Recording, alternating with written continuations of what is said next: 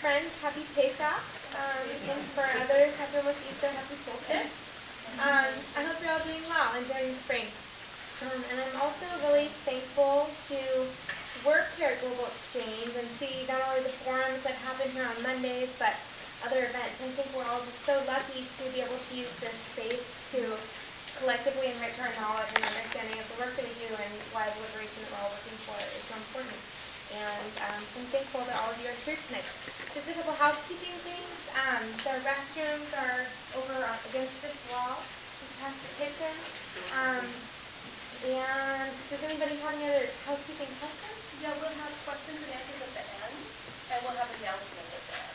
Yeah, could you be did you send us a phone number in case we're waiting down there? Oh, okay, and just for future reference, what we're trying to do for people who come in for Occupy Forum is have someone volunteer for the first 15 minutes to let people in, and then also someone to volunteer a phone number that is posted so that people can call once that's over to the end of the building. It's on the door right now. Oh, okay. Yeah. So Global Exchange is an international human rights nonprofit. This year we're celebrating our 25th anniversary, which is so exciting. We did it. We're very proud of them. And Global Exchange does a lot of different work. We've been doing a lot of retrospectives for celebrating our past 25 years, but we work on reality tours everywhere from North Korea to Palestine, and we do different kinds of campaigns as well as work for fair trade. Some of the campaigns we work on involve standing up for the rights of nature, which Shannon works on. Standing up for human rights and peace in Mexico by looking at U.S. foreign policy that exacerbates the drug war. And now we also have a campaign that's a little bit less than a year old. It's called Elect Democracy. That's looking at the toxic influence of corporate money in politics. And so I was going to just start off by spending about 4 minutes talking about the Elect Democracy campaign and some of the information that we've discovered and shared about money in politics, and then move into introducing Arthur, who's going to talk about the Trans-Pacific Partnership. So, can anybody guess about how much money is spent per year by Wall Street on lobbying and campaign contributions? There's not really wrong, well, there's some that are out there. 1.2 billion. 1.2 billion. 5 billion. So these numbers that we throw out about how much money that just 11 billion. 11 billion, it's actually not far off. It's $4.2 billion that Wall Street is spending on political influence and campaign contributions since 2006. When you divide that down and look at it per minute, that's $1,331 per minute, every minute, that Wall Street has spent since 2006 to have the power and influence that it currently enjoys in Washington, D.C. Working. It is working. They're doing a splendid job. They really have a good investment, right? Because when you spend $4.2 billion on political influence, then you get $700 billion as a return on your investment. Well, you can see why Wall Street's taking the course of action that it's doing. Unfortunately, the price they're all paying is the health of our democracy. And that's why we have this campaign called Elect Democracy, because we believe that we both have to reclaim and protect our democracy in order to make progress on the various other issues that we all believe in, from protecting our earth to standing up for people's human rights. And that's why Global Exchange decided that looking at money and politics fit into so much of the human rights work that we do.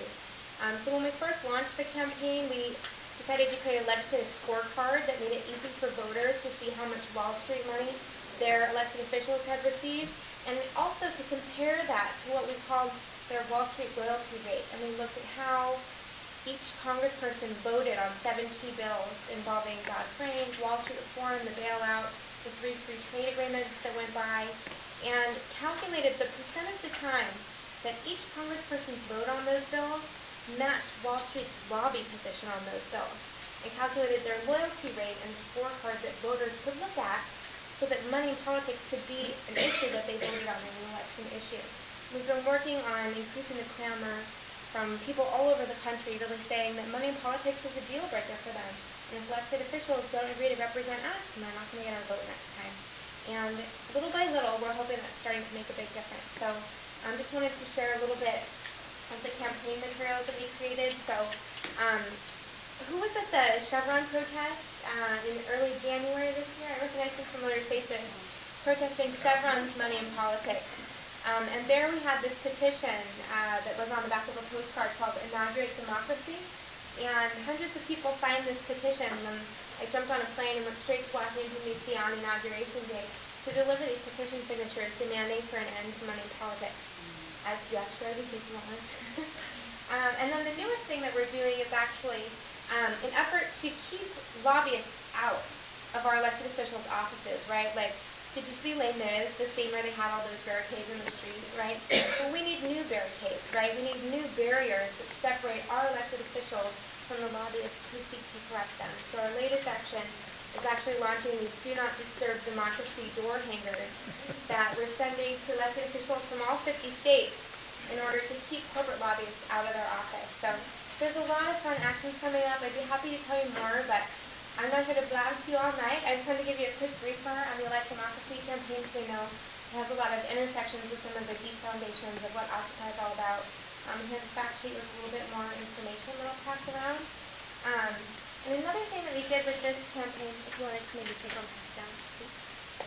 Another thing that we did with this campaign back in December was we went to this rally that was on the border of U.S. and Canada. There were human rights organizations, there were Occupy-affiliated groups, and there were a lot of good folks in labor who were drawing attention to a very disastrous new free trade agreement that's being negotiated right now, the Trans-Pacific Partnership. And that's where I met Arthur Stamoulis, and he's the executive director of the Citizens Trade Coalition, and he's here to tell us a lot more about what the Trans-Pacific Partnership is all about and what's at stake. And Arthur's favorite musician is Nina Simone, so give him a big warm round of applause. If I sit down, are people going to be able to see and hear me okay? Sure. People in the back? Okay, I'm going to try it. And if not, let me know and I'll stand up. Thank you all for being here, for letting me speak at the Occupy Forum. Thank you especially to Ruthie and Hillary for all their hard work setting this up.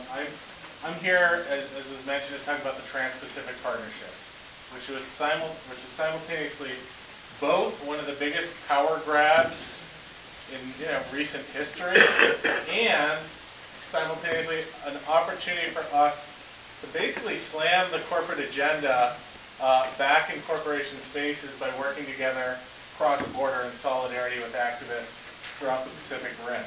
So just a little bit about myself. I direct Citizens Trade Campaign, which is a national coalition of labor, environmental, family farm, consumer, and human rights organizations that's been working on trade policy for about 20 years now.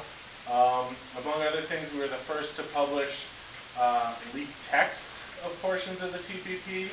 We worked with Occupy and others to organize some of the protests and other actions at TPP rounds in San Diego, in Dallas, in Chicago, and elsewhere. And we just released a letter earlier this month signed by more than 400 organizations, including Global Exchange and the Occupy Wall Street Trade Justice Working Group, expressing the major problems with the TPP. And so I'm going to take about 20 minutes to give a basic overview of what the TPP is, what corporations want to get out of it, and how people are working together to defeat it. And then, I'm going to turn it over to Ruthie to lead us through a Q&A, or if people want an organizing discussion, and we'll go on from there. But just starting with the basics, the TPP is an international trade and investment pact. It's currently under negotiation between the United States and 10 other countries throughout the Pacific Rim. Vietnam, Singapore, Brunei, Malaysia, Australia, New Zealand, Chile, Peru, Mexico, and Canada. Just among those countries, this would be the largest free trade agreement in U.S. history, but it's also explicitly being negotiated as what's called a docking agreement, meaning that other countries can dock on or join over time. A little over a week ago, Japan announced its intention to join the TPP. Countries like the Philippines, Thailand, South Korea are talking about joining the TPP. And the Office of the U.S. Trade Representative has said, hey, this agreement is open to any country in the Pacific Rim that's willing to meet the United States high standards. And, it's their intention to have half the countries of the world eventually be a part of this. And so, you know, to put it in context for folks who've been working on these issues for a while, this is basically an end run around the People's Movement's victory at the WTO, the World Trade Organization, where ever since the battle in Seattle in 1999, corporations have been trying to use the WTO to expand their power by proposing, you know, new trade rules requiring more deregulation, more privatization, more liberalization. And ever since '99, a lot of countries have been saying no to that. And the WTO ostensibly works by consensus. And so there's been a stalemate there, you know, between the countries who are saying no and, you know, the United States and its lackeys who are saying, let's push forward, let's push forward, let's push forward. And so, you know, corporate interest groups see the TPP as their opportunity to get around that stalemate, where the United States is going to essentially cherry pick those countries that are most willing to play ball, you know, most willing to accept the corporate agenda, most desperate to be in good with the United States. Among that large group of countries, they're going to set, you know, the rules, the terms, the standards for trade and investment for the next generation. And then, you know, once that's in place, then they start strong-arming other countries to join over time. You know, so I mean, it's quite ingenious on their part, really. But okay, what is it that the TPP does? I guess the first thing I should say is that we don't know entirely what the TPP does, and that's because after 3 years and more than 16 major rounds of negotiations, the U.S. Trade Representative, you know, the Obama administration, refuses to tell the American public what it's been proposing in our names, and they've required other countries to sign affidavits and agreements promising that they're not going to tell anyone what's being proposed, you know, for their countries as well. So what we know about the TPP comes not from our elected officials and our government, but rather from the leaked documents that we've published, and also from conversations with negotiators from other countries. So, you know, we do have a pretty good picture of the TPP's overall direction, and certainly the corporations have not been shy about saying what they want in the TPP over the years now. But it's not exactly the same as me being able to pull up text on a website and show you this is exactly what they're proposing. So this is a rollback in transparency, by the way. The Bush administration joined with 33, I think it was 33 other countries, in releasing draft text for the Free Trade Area of the Americas, the FTAA, a trade agreement that People's Movements shut down. You know, draft text for the World Trade Organization are often published online. But, you know, they've gotten wise to us. They know that if they publish what they're trying to do and let us know what they're trying to do, it makes it a lot easier to mobilize opposition. I mean, you know, that's what it comes down to. Meanwhile, while keeping the public shut out of the process, the administration has granted about 600 corporate lobbyists special cleared advisor status that gives them access to the text. So representatives from Wal-Mart, Cargill, Chevron, you know, they get to see what's in the TPP and what's being proposed. And if they're not literally writing the proposals themselves, they at least get to look over negotiators' shoulders and say, no, no, no, don't do that. Try this instead.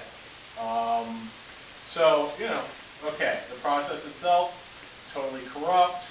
You know, we know this is very much a backroom deal for the 1%, literally. But what is it that the 1%ers want? So I'm going to give sort of a bird's eye view of what corporations want with the TPP.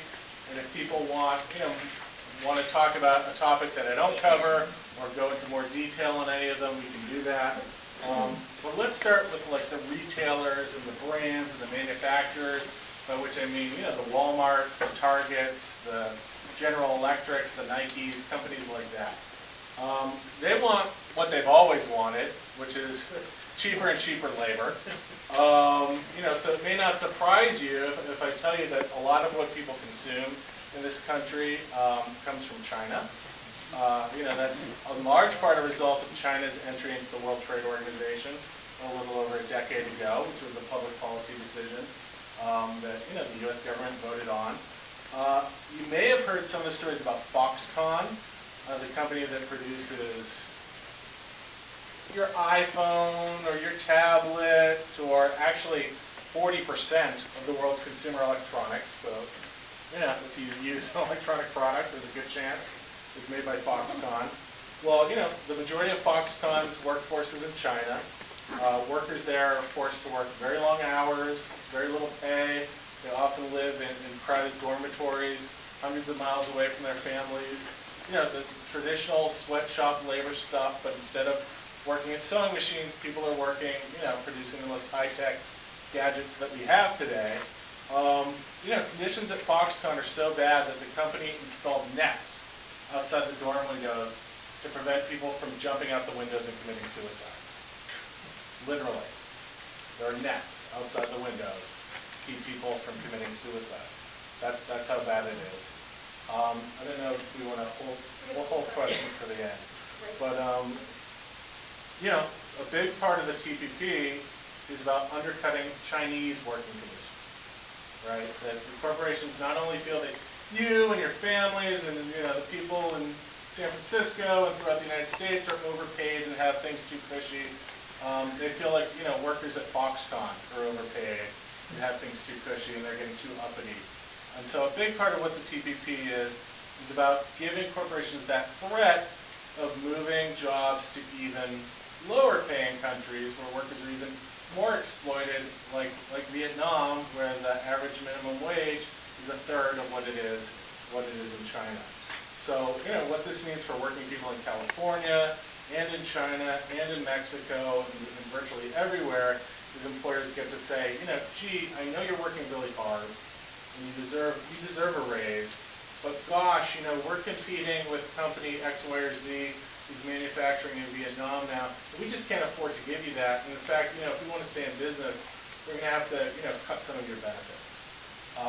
That's a big part of what the TPP is about.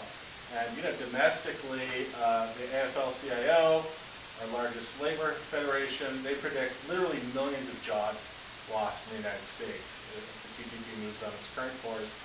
And again, whether an employer actually moves production overseas or not, there's still this very real downward pressure on the wages and benefits of the jobs that are left. And it's not just manufacturing workers, it's service sector workers, it's virtually any job except for those at the very top of the economy. It's money out of our pockets, out of our families' pockets, going into the pockets of big corporations. So, in terms of the real-life lived consequences that you're going to feel, and that your families are going to feel, most of you, is less wages and less benefits for another generation. That's bad enough in my book, but corporations aren't stopping there. They want more. So, all right, this is Occupy Forum. Let's talk about Wall Street. The TPP is said to contain a financial services chapter. I mean, we know it contains a financial services chapter. We haven't seen it yet. It hasn't leaked. But I can tell you what banks and insurance companies and hedge funds have been pushing for, publicly. They want the TPP to prohibit caps on the sizes of financial institutions. In other words, blocking regulations designed to tackle too big to fail. They want to prohibit bans on the sale of risky financial products so that you can't say, hey, look, this risky derivative, credit default swap, whatever, is too destabilizing. We're not going to let people sell that anymore. And not only, products that exist, but products that the Wall Street Wizard come up with 15 years from now, right? That those can't be banned in the future either. They want the TPP to prohibit the installation of firewalls between different types of financial service providers. So I don't know if folks have heard of the Depression-era Glass-Steagall Act. A lot of people, that was, for people who haven't heard, a separation between commercial banks and investment banks in the United States. So like real banks that take deposits and make out loans versus, just speculators. The Clinton administration got rid of that in the 90s. A lot of people say if they hadn't, we wouldn't have had the financial crisis. Putting that back into place would be illegal under the TPP if Wall Street gets its way. And, they also want to make sure that the TPP prohibits capital controls, which, isn't something we use so much in the United States, but a lot of countries use to slow down hot money flows of capital coming into and out of a country very, very rapidly. It's something that even the International Monetary Fund now says is a useful tool for slowing the spread of financial crises. Well, the TPP, would make that known. So that's sort of an overview of Wall Street. Let's talk about the pharmaceutical industry. One of the leaked chapters that you can find on our website, citizenstrade.org, is the intellectual property chapter. And one of the things that the intellectual property chapter includes are provisions that would effectively extend the length of drug. So, if you look at just HIV for a second, a monopoly patented HIV medication could easily cost over $10,000 per patient per year. When the patent runs out and the generic becomes available, the price can go down to, as low as $100 per patient per year. So each additional year means an additional year that people are paying much, much higher prices, which means higher health care costs in developed countries like the United States, and then a country like Vietnam or Malaysia, where people are very poor, even more so than some people we know, it can mean a death sentence for people who need that medication to survive. And of course, it's not just HIV, it's tuberculosis, it's cancer, it's heart disease, it's any medication. Doctors Without Borders, which is a nonprofit that helps bring medical treatment to poor people throughout the world. They won a Nobel Peace Prize for its work. Don't hold that against them. They've called the TPP the worst trade agreement for access to medicine ever. And the reason why Doctors Without Borders is talking about the TPP, by the way, is because that's one of the few chapters that lead the intellectual property chapter. So that's big pharma. Let's talk about big ag and the so-called life sciences companies. Hopefully you've all heard about the role that NAFTA, the North American Free Trade Agreement, had on agriculture in Mexico, where when NAFTA took effect, there was just this flood of corn and wheat and soy and other agricultural products into the Mexican marketplace, forcing literally millions of Mexican farmers off their land. And the question I asked myself when I first heard about that is, why would corn be coming from the United States to Mexico when labor is less expensive in Mexico, land is less expensive in Mexico? People have been growing corn for millennia. Shouldn't it be the other way around? Shouldn't Mexican corn be displacing American farmers? Well, it should, unless you remember that corn and certain crops in the United States were subsidized to the tune of billions of dollars a year. So these agreements have nothing to do with free trade. Those subsidies allow middlemen like ADM and Cargill to sell the corn and these other subsidized crops on the international marketplace for less than what it actually costs farmers to grow it. And so if you're a farmer in a developing country who's not receiving subsidies, and the tariffs and the quotas are removed and the farm supports are removed by a free trade agreement, well, you can't compete with a product that's sold for less than what it costs to grow it. And so, a lot of people are producing primarily for their own consumption anyways. You still need some money, right, for electricity, for books for children, things like that. And so in Mexico, there's been just an exodus from a lot of rural areas where, a lot of people are moving to cities and border towns looking for work and maquiladoras.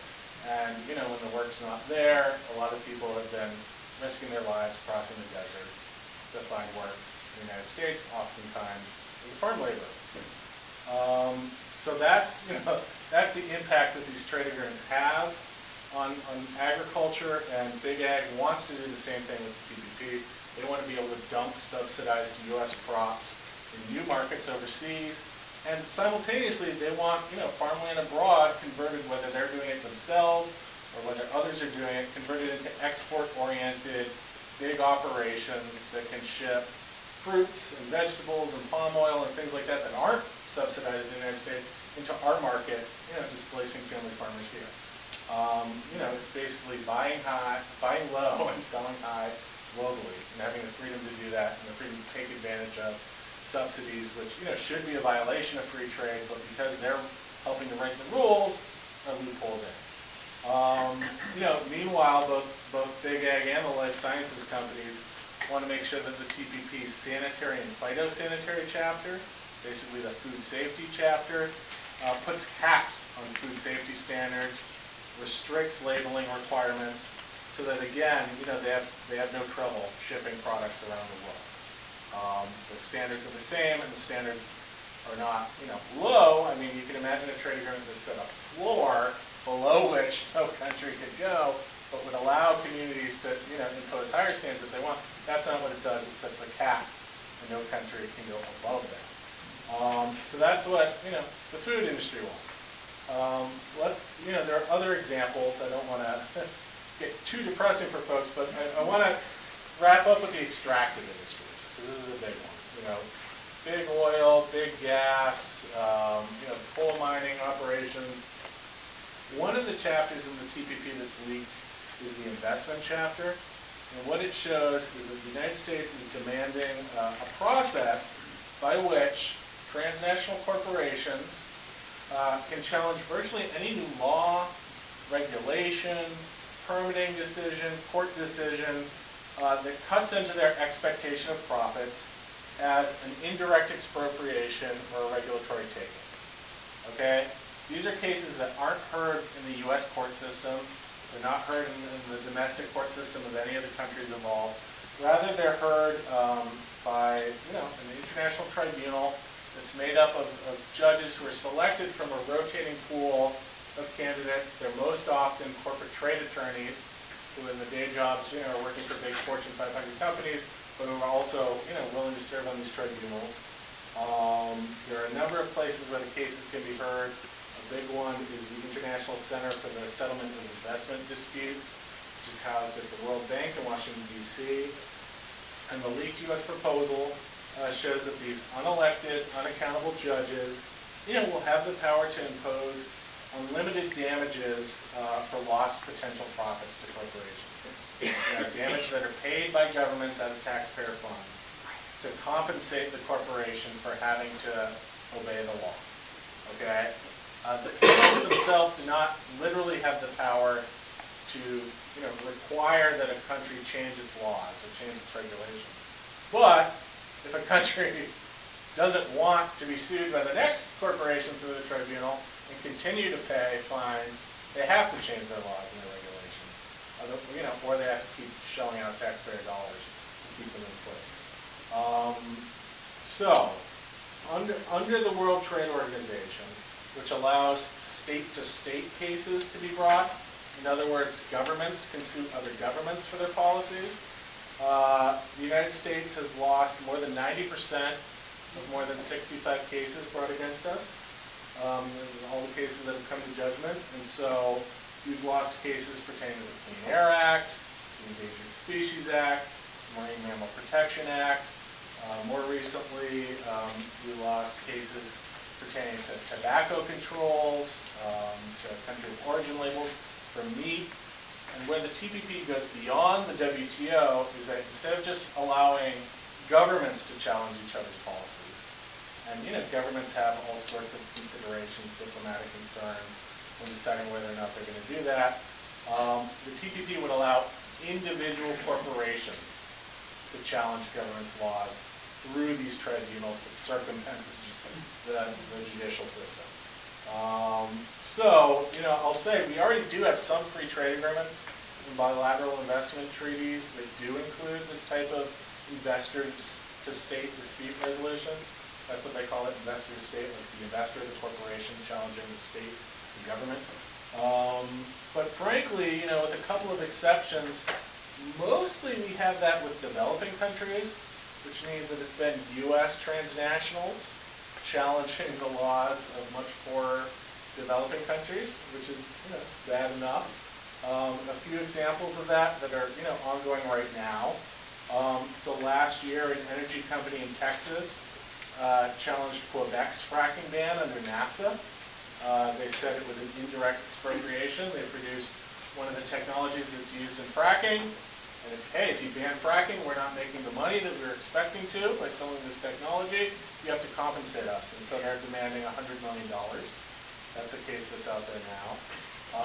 Another example is in El Salvador. where there was a long, grueling, multi-year environmental campaign. I mean, literally a bloody environmental campaign. Activists were kidnapped, tortured, murdered, but they won. They were fighting a gold mine that they felt was going to draw down well water and also produce effluent of cyanide that's used in gold mining and pollute the local river. And they won. The government denied the permit. And two companies have sued under CAFTA, requesting, I think, between $70 million and $100 million in compensation for their lost expectation of profits, because that was an indirect expropriation, not giving them a mining permit. There may be some of you who have heard about the decades-long, or I don't know exactly how long it is, but the very long legal fight in Ecuador against Chevron, where people have been trying to get the company to basically compensate people for the massive pollution associated with the oil mining operations there, both Chevron's own and Texaco's before it, which are bought out. That's a case where finally an order was made for Chevron to pay $18 billion in compensation. It was a great, great victory. That was a case where, as I understand it, even the United States court system refused to overturn or interfere with that court decision. Well, recently, late last year, an investor state tribunal under a bilateral investment treaty had other ideas, and they ordered a stay, basically. They ordered the government of Ecuador not to enforce that court ruling, that they couldn't take any action to try to collect that $18 billion owed to the Ecuadorian people until their tribunal has an opportunity to review the case and make their own decision on the case. So in other words, these tribunals take precedence over Ecuador's court system, and they take precedence over the U.S. court system. They're the ones who get to decide.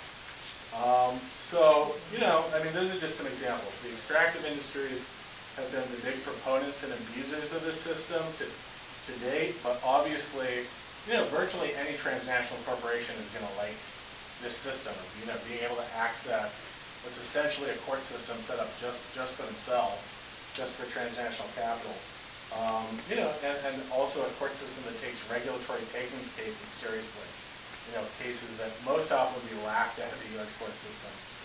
These tribunals, time and time again, sided with the corporations. So the TPP would spread this system throughout the Pacific Rim and vastly expand the number of corporations who have access to it and who can abuse it.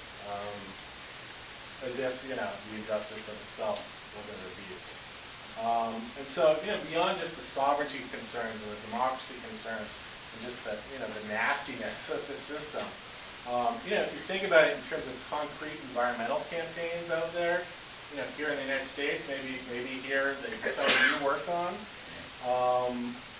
a big thing oftentimes that organizers are trying to do is to either pass new laws, like the fracking ban in Quebec, which, try to stop a bad environmental practice, or they're trying to get the government to make a regulatory decision based on existing laws. Like, hey, deny this company a permit to do something awful, like the gold mining operation in El Salvador. And so, you can have a long, hard-fought, multi-year people's victory. We won, we did it, we shut down whatever, and a tribunal can come and demand that, taxpayers compensate the corporation for that, to the tune of hundreds of millions of dollars. And if, hey, the government doesn't want more cases brought against it, it might have to tweak the law to, let the corporations get their way in the end. I'll just quickly mention as a side one other thing about the TPP that's been a big concern to fractivists and those working on liquid natural gas exports.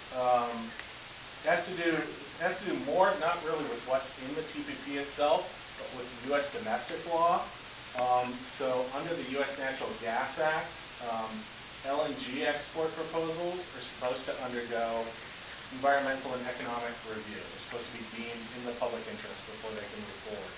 But the Natural Gas Act has a clause in it that says that any export project with a country with which the United States has a free trade agreement is automatically deemed to be in the public interest. So you get to skip that review. And so, Japan is now joining the TPP. Japan is the largest importer of liquid natural gas in the world. Natural gas prices in Japan are almost $17 per million metric BTUs, and that's compared with less than $3 per million metric BTUs on the New York futures market. So $17 if the corporation sells it in Japan, $3 if they sell it here in the U.S. This is just going to open the floodgates to more LNG exports, and even the U.S. Department of Energy says that means both higher energy prices for U.S. consumers and U.S. employers, because hey, we're taking all this great energy that's supposed to lower costs here, we're shipping abroad, and simultaneously it's going to mean more frack, right? More exploitation of domestic shale gas resources. So, just to summarize here, what the TPP spells is more offshoring, lower wages, financial deregulation, higher medicine prices, destruction of family farms, less consumer safety, less consumer right to know, increased pollution, and more corporate attacks on democracy.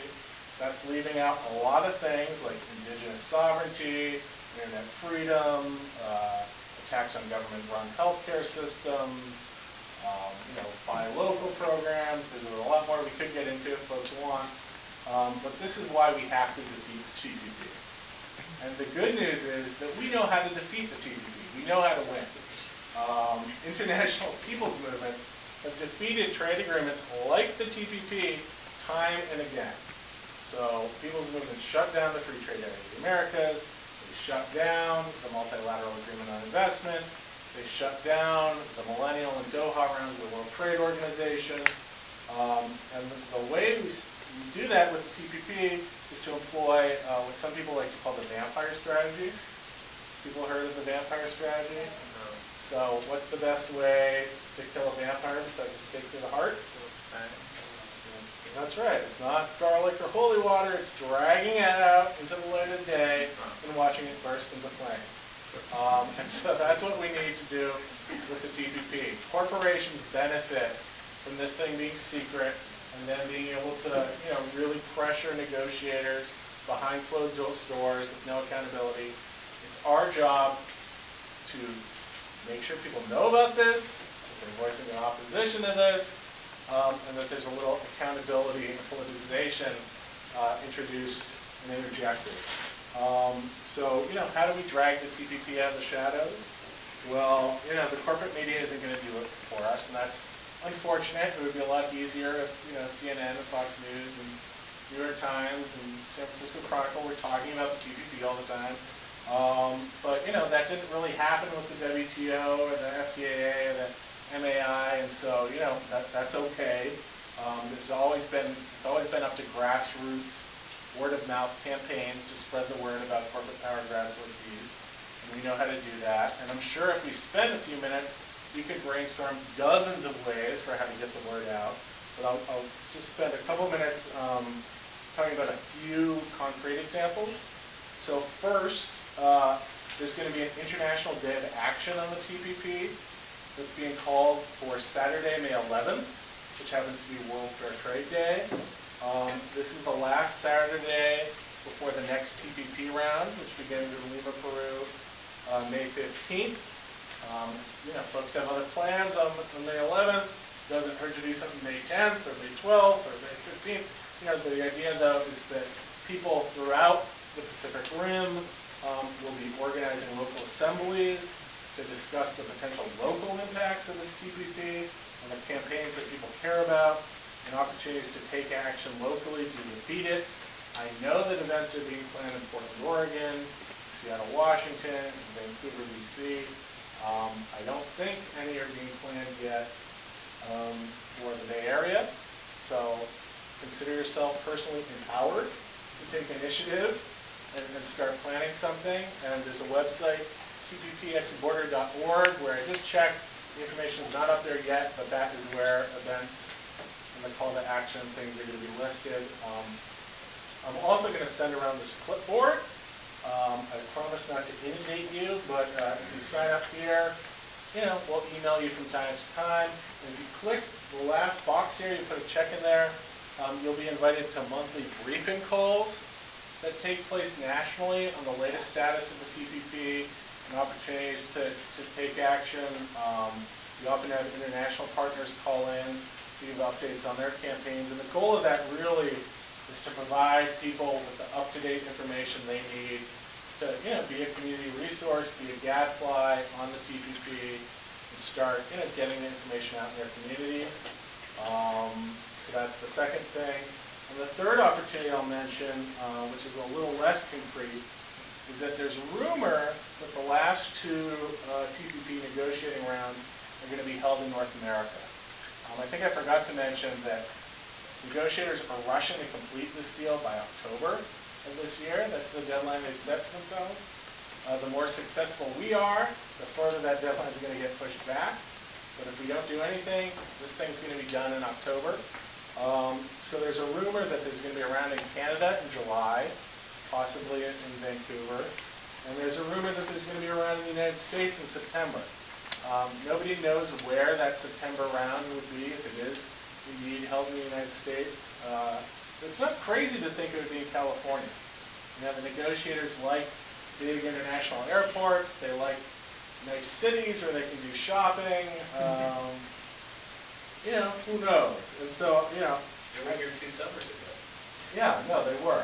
And one of the big differences between the TPP rounds now and the WTO round in Seattle that hopefully everyone's heard about in '99 is that negotiators are sort of wise to us. In '99, organizers had 9 months, I think it was, to organize people and do real base building community work and turn out the massive protest that was the battle in Seattle. Nowadays, we're lucky if we get 6 weeks notice of where a round officially is. So, I say that not only to say, if it's near you, go, get involved in organizing, but also, no matter where it is, help spread the word over social media, over email lists, talking to your friends in whatever city it ends up being in, and helping people understand quickly that, hey, this is a major opportunity and we need to, do what folks did in Seattle and, shut it down or at least make, a big noise and take advantage of that opportunity. So, I guess the last thing I'll just say strategy-wise is that, we don't want this deal to reach the floor of Congress. It's not like, our strategy is let's vote this down. We want to prevent a bad deal from ever getting to Congress, and that means taking advantage and really politicizing the TPP during the negotiating phase, so over this next 6 months between now and October. I will say, sort of paradoxically, even though we don't want the floor of Congress to be our battleground, the terrain where we're fighting the TPP, that doesn't mean that Congress members can't be important targets for mobilization.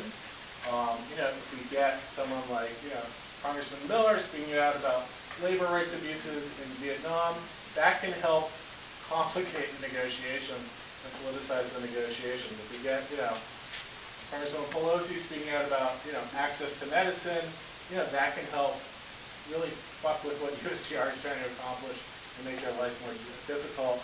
And it just gives us another opportunity for the global movement to help collapse this deal. I'll just also mention really quickly one other thing, and I'm going to wrap it up. People may have heard of fast track. So fast track is this policy-making procedure that would allow the TPP to rush through Congress, skipping and bypassing the ordinary review, amendment, and debate procedures. Negotiators from every country know, if the TPP has fast track, it's going to be very easy for Congress to pass it. If the TPP doesn't have fast track, someone could filibuster it, someone could offer an amendment that's really awkward, and members of Congress feel like they have to vote for the amendment, supporting labor rights or access to medicine or whatever. So negotiators from other countries are going to be hard-pressed to give up on those really tricky, politically damaging things that the U.S. is pushing them to give up on until they know that fast track is in place in the United States and that, that negotiators can rush this through Congress and they don't have to worry. It's done. The longer we can forestall fast track, hopefully stop it altogether, but the longer we can forestall fast track, that also gives us more time for the international movement to work its magic. I'll just say, here in San Francisco, Congresswoman Pelosi, it would be great if she had the impression that people were really pissed off about the TPP, and that people are going to remember that, hey, this is the Obama administration and the Democrats pushing the TPP, and God, if you move forward with the TPP and fast track for the TPP, that's going to be really bad for Democrats. And there are different ways that people can leave a member of Congress with that impression. There's the tried and true phone banking, sending emails and writing letters, which people sometimes I think poo-poo a little bit, but they can be effective. Then there's also the more fun tactics, like doing a mic check in their fundraiser, and going into their office with a few friends and packing it up to ship it overseas and putting it on YouTube, or I don't know what, Occupy. There's lots of things that that people can do. So, anyways, I'll leave it there. I don't want to be prescriptive on how people take action. I just want to ask that people spread the word about the TPP in your circles and do voice opposition to it. So.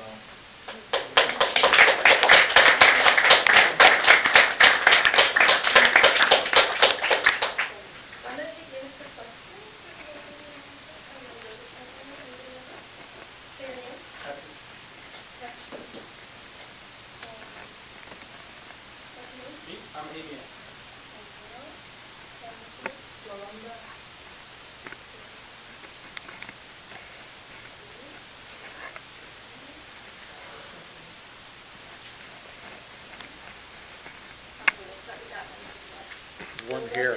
Oh, sorry. Lindsay. First person loaded. I want to thank Arthur because the timing's right. 6 months is now or never. And I want to thank Victor because my son and I went to International Forum on Globalization teach-in before Seattle, and we drove up there and we saw. Yeah, we participated in the teach-in and the street action. But I did want to comment a little bit on the terminology of Chinese sweatshop, because I think there is a tendency for very well-meaning North American, European activists to work with developing, countries. But, it's important to make the partners and work with the partners, because sweatshop, there's a connotation, that the government does not care about its people. And I think Americans need to realize that, there was kind of this marriage joining at the hip at the time that China needed to provide jobs, factory jobs for people in the countryside. And that development is happening as most of Asia is industrializing. The NICs and now followed by the others. So there's some of you might have seen China Blue by Eva Pellet, and my other Chinese friend who works for Feinstein, he sat next to me and he says, well, it looks like a sweatshop, but Chinese work hard. I mean, it's just, just to be sensitive to there are nuances in some of the phraseology. Do you want to respond to that, or? Well, I just want to make it in a constructive way that those international partnerships are very important. Hong Kong has an excellent labor bulletin group that works in Katie Kwan over here at Berkeley, very good with her contacts there. So because we have so many contacts in the Bay Area and California from these places, because U.S. foreign policy has already brought, many of us here, right? So, Eastside Arts Alliance, in the East Bay, they've already done things on the U.S. Navy on Jeju Island. People have organized the Japanese activists around Fukushima. The Japanese farmers, as Victor knows, are very dead set against this. And I just wanted to, so I'm encouraging to make those international connections with our Bay Area partnerships, but I wanted to ask specifically about South Korea, because it is so much in the pocket of the United States, okay, and besides all the military they have there, and they're creating this North Korea nuclear threat, you know, to go with Iran, that could you explain why they did South Korea first, porous, to pass it, and the Korean activists that did a protest last year at the new federal building, their take was the big pharma, in order to sell the protocols of all of the expensive, you know, drugs, it dismantles the existing health plans in South Korea and Taiwan. And so some people are already onto it, and they're already aware that they don't want to have a worse healthcare system that their government already provides, and be forced to have the expensive Western drugs. So between the farmers and a lot of the health people, I just wanted to, you know, throw in South Korea because it's a very vulnerable place, and the amount of Sorry, but we're going to cut it short because That's it. there are tons of questions. So I don't know. Yeah, I'll just respond briefly. I mean, you're absolutely right, and I'll say personally, there's a lot of relationships with working people's movements and small farmers movements in Latin America. Less so for our coalition with people in Asia during the Korea Free Trade Agreement fight. We did work closely with independent trade unions in South Korea and helped bring some people over. But that type of work is absolutely necessary. And I'll just say that the Korean government, you know, I've heard that they view themselves as sort of a bridge, you know, between the United States and China and Asia, and they want to, you know, play that role of helping to spread neoliberalism throughout that region. Yeah, South Korea and Japan are both in need of contact. But anyway, I don't just think that that'll help all of us here because there's so many people to work with. No, absolutely.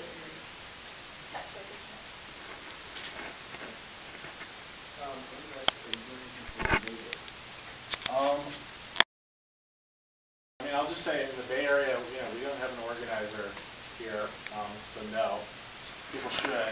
During past, people have done actions targeting, you know, corporations, we're creating advisors, been pushing this to, you know, highlight different issues and different cities throughout, and it's always a great day to connect some dots with people. Yeah. By saying, but a great job, and I really think this sounds like a completely terrible idea. But just, I think it's worthwhile to know how do you imagine they're going to spin this? Like, how does this appear to be a good idea? Yeah. No, that's a great question. So the thing that they've been saying for 20 years, actually did say in the State of the Union you know, a few weeks ago, is that this is about creating export markets. You know, for U.S. products, like 95% of the world's population goes outside the United States. We want to sell to them. We need deals like this to be able to do that. They never talk about any of the non-trade provisions in these trade agreements, and they never talk about imports, and balance of trade, and the trade deficit. They always talk about exports, and that's what they're saying about this, as they have with every other trade agreement for 20 years. Yeah.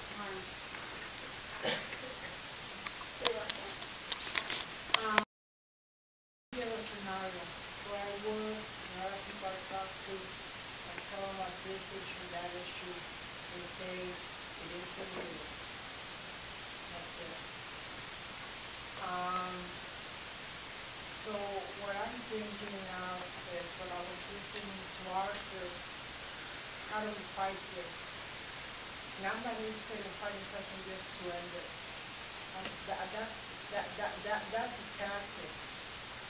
And I was thinking, how are we going to tell people in this country, hey, they're gonna, you know how they were able to get the corn that they sent to Mexico that was being fabricated in the laboratories here, and Mexican people were not allowed to sell corn anymore. They had to buy the fabricated seeds that were being produced in the laboratory chemically. So how are we gonna tell the people here that the people in Mexico and Ecuador, that they're gonna not be able to farm?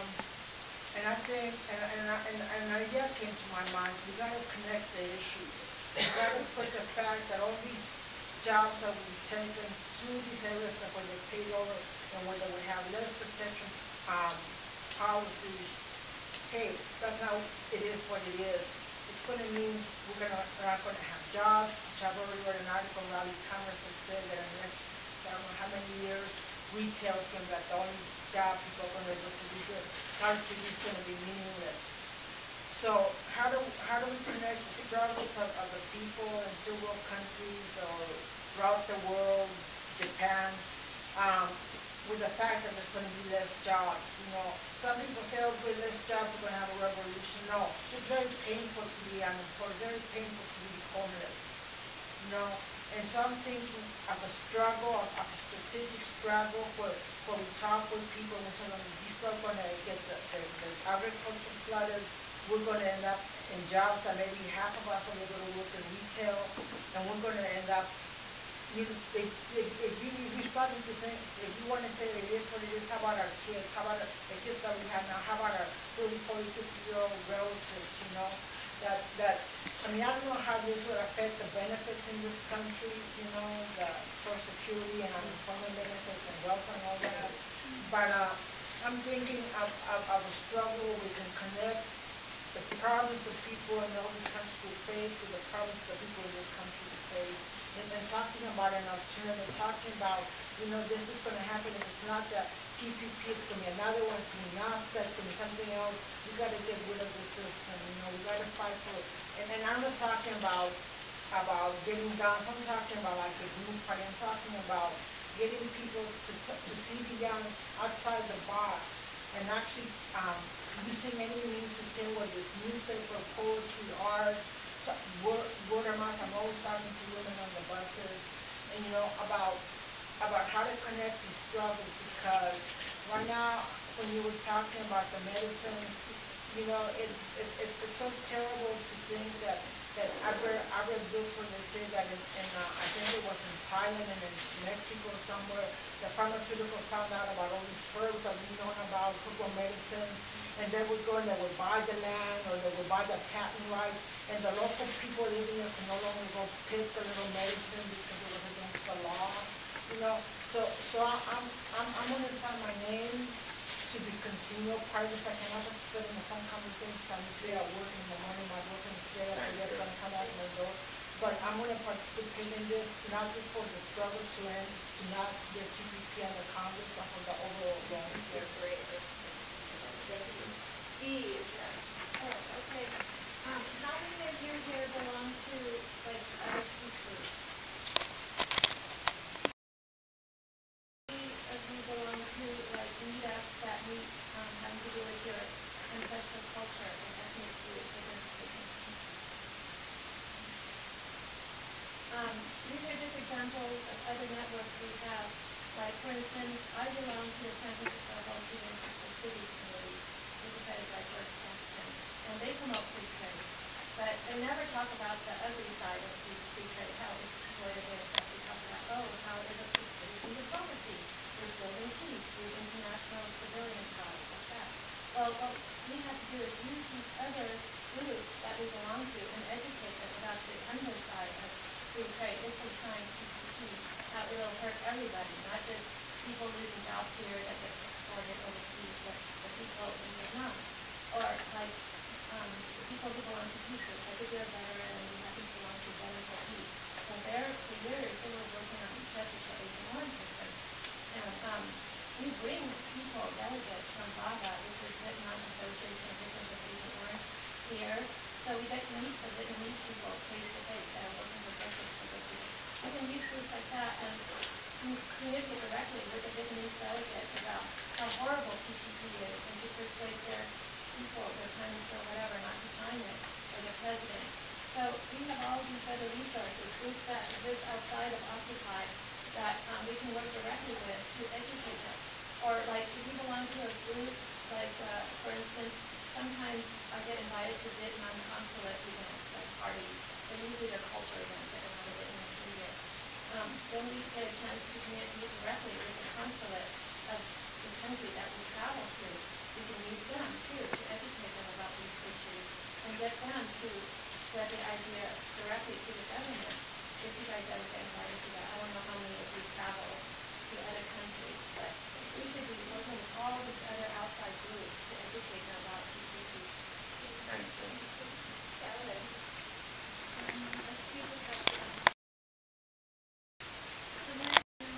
What he was saying, like, as far as the spin, is there like a place or a website or kind of talking points on, this is why the place good and the job or whatever, and what we can say counter that? As far as fast track, that's something that Congress looks on, right? On that. And is it a good strategy? I hear you said you don't want the spot on Congress or they want to get that far, but does the law of the 21st Century Trade Agreements and Markets Act kind of cover like all of the bases to make all these horrible things not happen? Like, is something like that really a good thing to be lobbying for co-sponsors for? Yep. Okay. So in terms of the spin, right? But if anyone emails me, I can email you our talking points that we send out in response to the State of the Union address and for meetings folks have been having with members of Congress. And that's, one of the things we do for folks who check this box at the end, signing up for the monthly briefing calls, is we send, like a new action toolkit every month for the latest stuff. And so that's one of the things we send out. In terms of fast track, so fast track is something that Congress has to pass. Fast track was invented by Nixon in the 70s.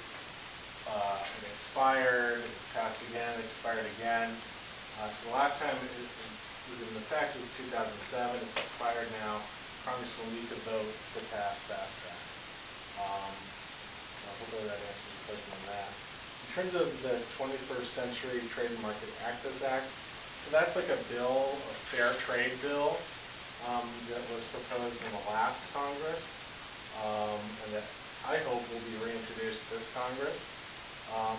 And that's sort of like an alternative, so that if you're saying, hey, we oppose this model of trade, and somebody says, what are you for?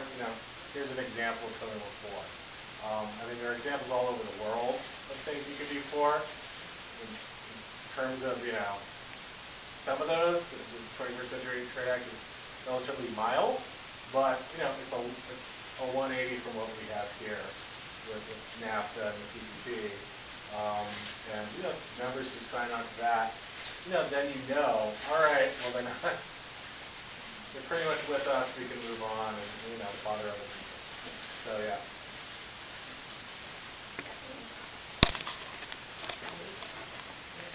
Actually, part of it was that, and so you're saying Congress has to pass it. If they pass it, then how do you get on the fast track and how do you get qualified? I don't understand the whole thing.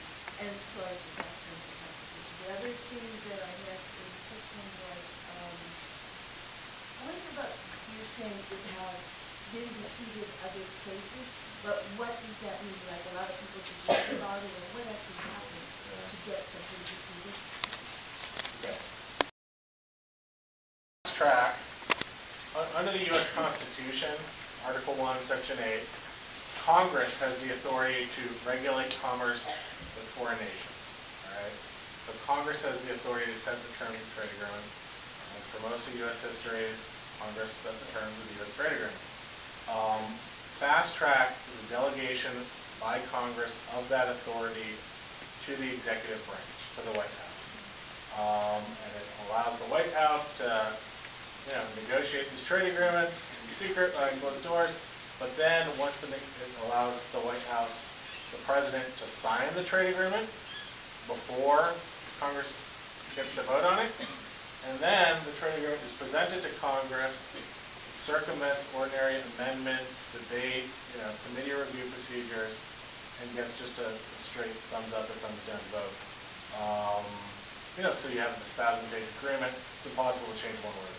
So it's basically delegating Congress's authority to influence the terms of trade agreements and handing it over to the U.S. Trade Representative and its corporate advisors.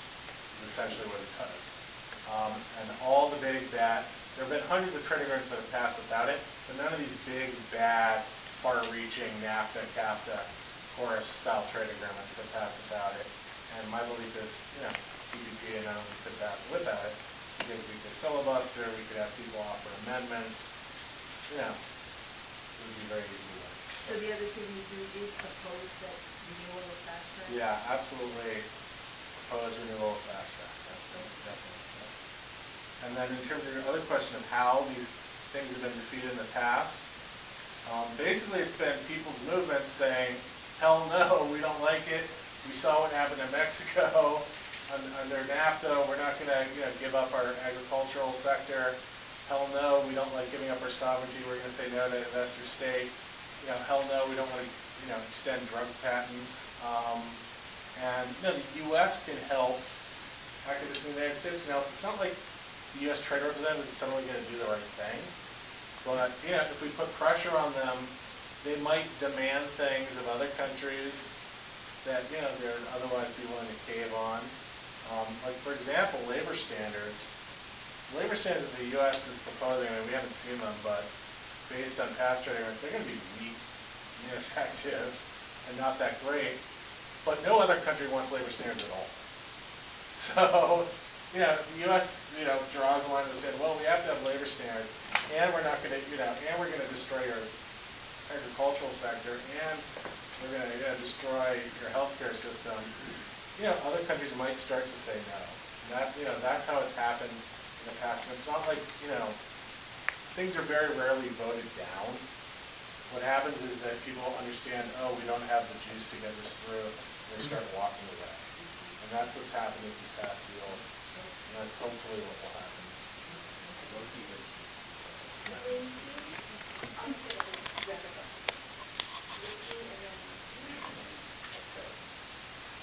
I read on maybe your website or some website that the chief negotiator for the agricultural part of TPP is Monsanto General Counsel, or ex-Monsanto General Counsel. It is a very high level. I think it was former General Counsel for Monsanto. And his placement in there is, to make sure that they'll have GMO labeling, genetically modified organisms. So places you might want to flee to that has pure food like New Zealand, that will probably disappear. GMOs will be across the globe. If that particular negotiator, who's the chief negotiator on the agricultural section of TPP, the last time I looked, I forget his name. I don't know if you know that. Siddiqui, he worked for Monsanto and other big corporate interests like that, and he's the chief agriculture guy at USTR. My understanding is he focuses more on the WTO, but that's like a lot of government agencies. There's sort of a revolving door between corporate lobby jobs and government jobs. The U.S. Trade Representative Ron Kirk just stepped down as new acting U.S. Trade Representative, but Kirk said he needed to leave to go make money. That was his statement when he left a few weeks ago. So, yeah. How do you work with this on this? Is this something that you've gotten any? Yeah, absolutely. Where they're coming out, what they're working on, this is next. Yeah, no, it's largely labor union. The AFL-CIO just came out with their executive council statement at the end of February. It's very strong on the TPP. Labor's interest is primarily protecting jobs for their members, so that's their vantage point on this. But they're talking about access to medicine. They're talking about investor state. They're talking about a lot of pieces of it. In the Bay Area, there's labor council here, there's a strong history of opposing free trade agreements and being more progressive than others. With the ILWU and Steve Zeltzer have organized on the Longview, Port of Longview in Washington State, and that's all part of this. People take training from the upper Midwest, and they want to ship it to a non-union port to Lake Seattle. And ILWU has a resolution that they passed in their convention opposing the TPP. A lot of unions are, expressing concern about the TPP, saying it's headed in the wrong direction, we're going to oppose it if it continues on the Supreme Court. LWU is already out there, we oppose it. John? Oh, I'm sorry. Mike.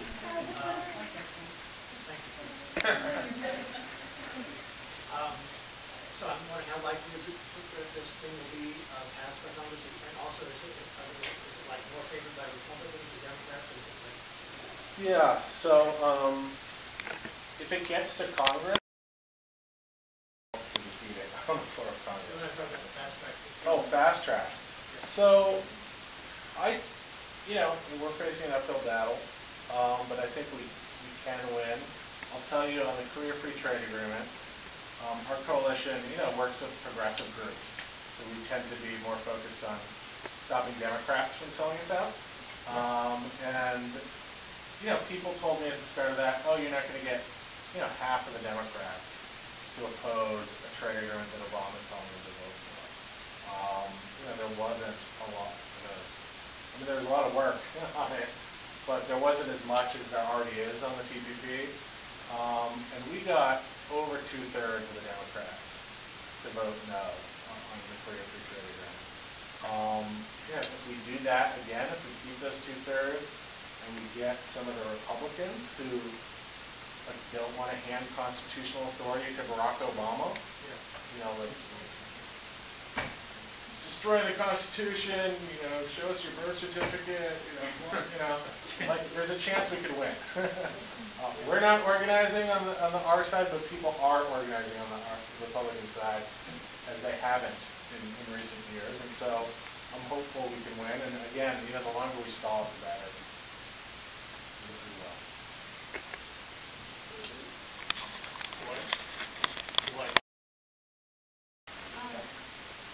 I'm here, the second thing you put on the sheet there is contact is one of the biggest environmental groups, so I don't have their headquarters here. Yeah, so Sierra Club, Friends of the Earth, other environmental organizations are all over it and working on the TPP now. I'm actually doing a brown bag lunch at Rainforest Action Network at noon tomorrow. If anyone is interested in just the environmental issues or knows enviros, professional enviros, or who want to be informed, we're working with them. Yeah.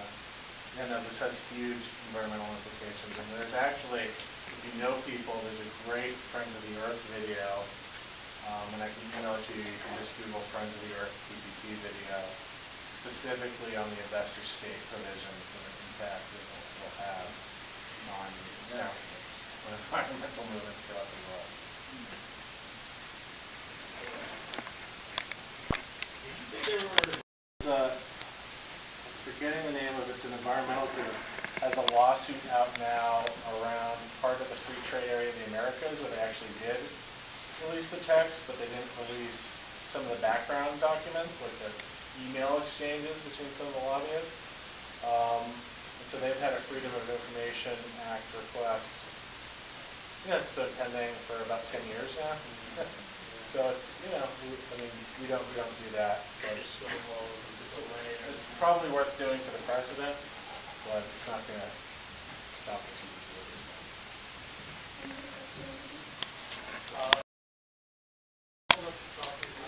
I'm the author. I'm sorry.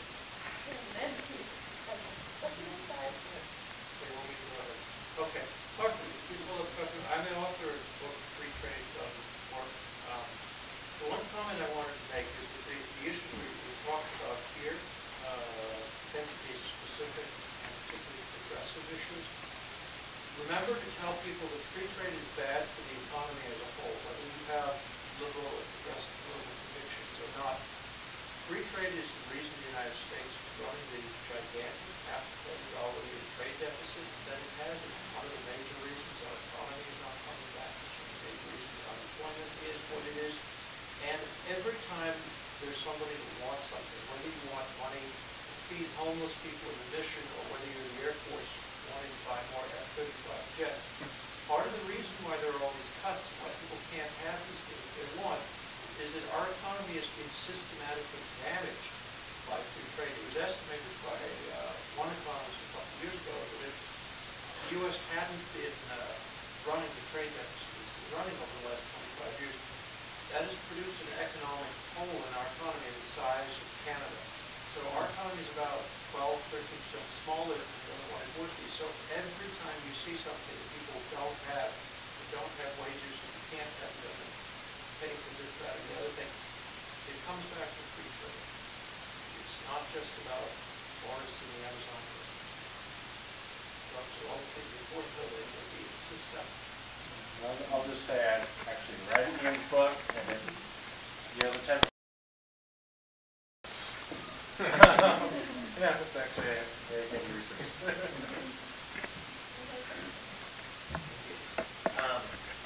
Can you say a little bit more about 11?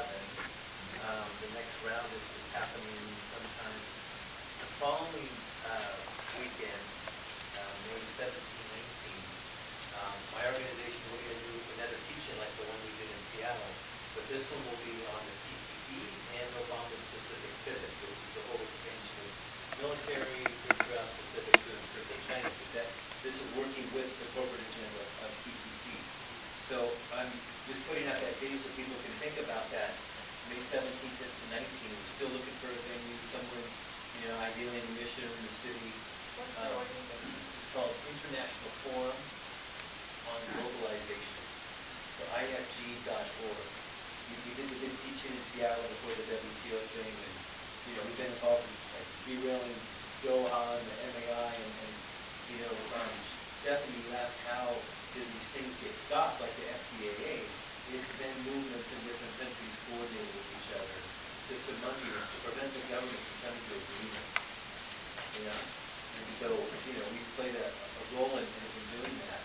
And so mid-May, if you could say a little bit more about the days of action and like the following week, that 17th, the timing with Peru.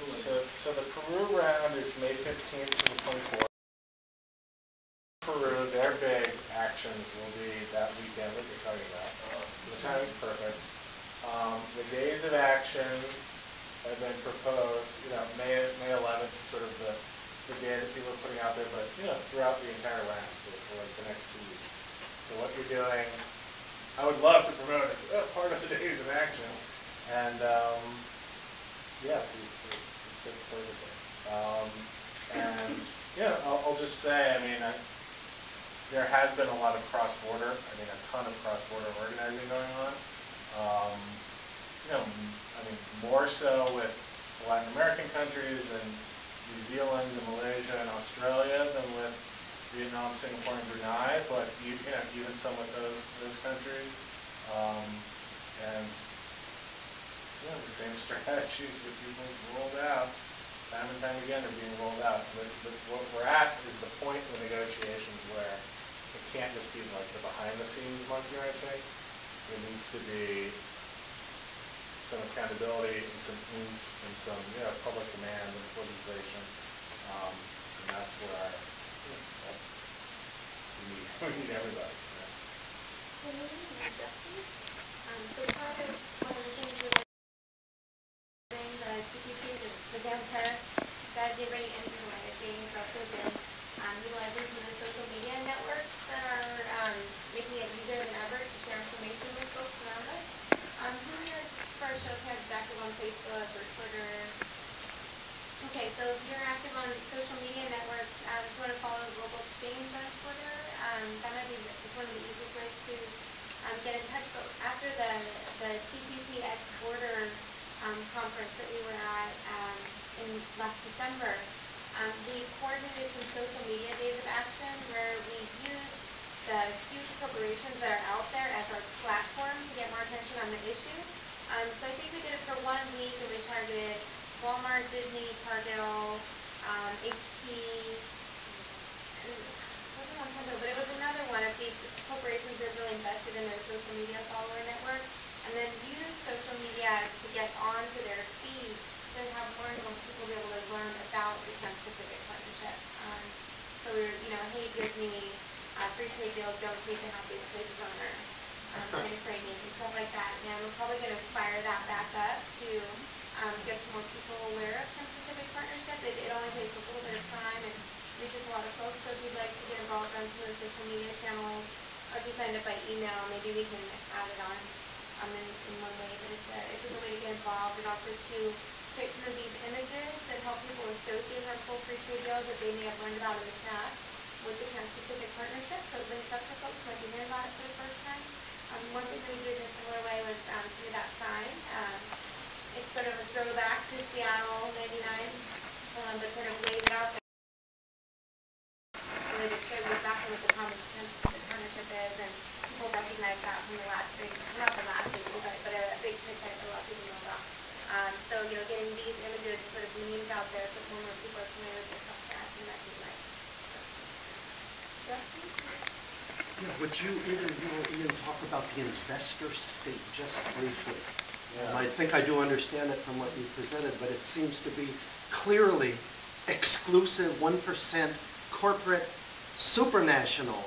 The only thing they don't have is a military, but then you think of KBR and Z and Blackwater, and they do have military. So could you fill in that investor state and the 1%? Yeah, no, it's more than corporate person.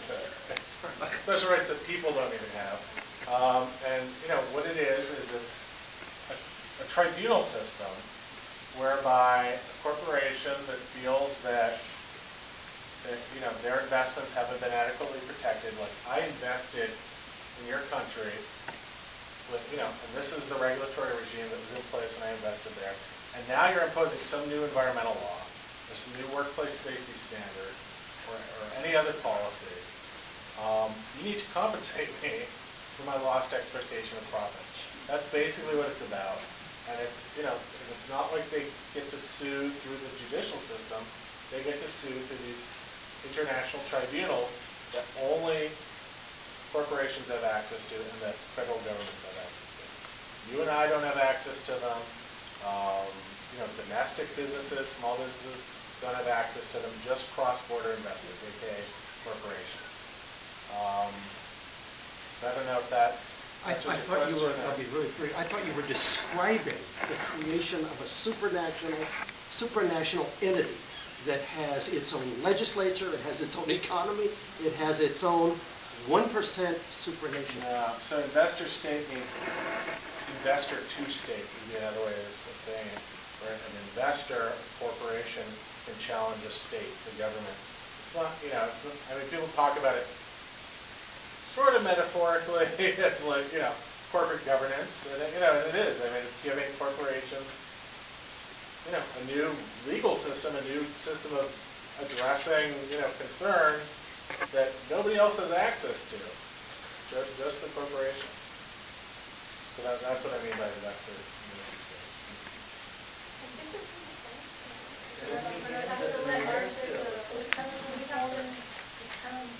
We are going to have an announcement, and then if you have last things to say, are going to go to the it's important.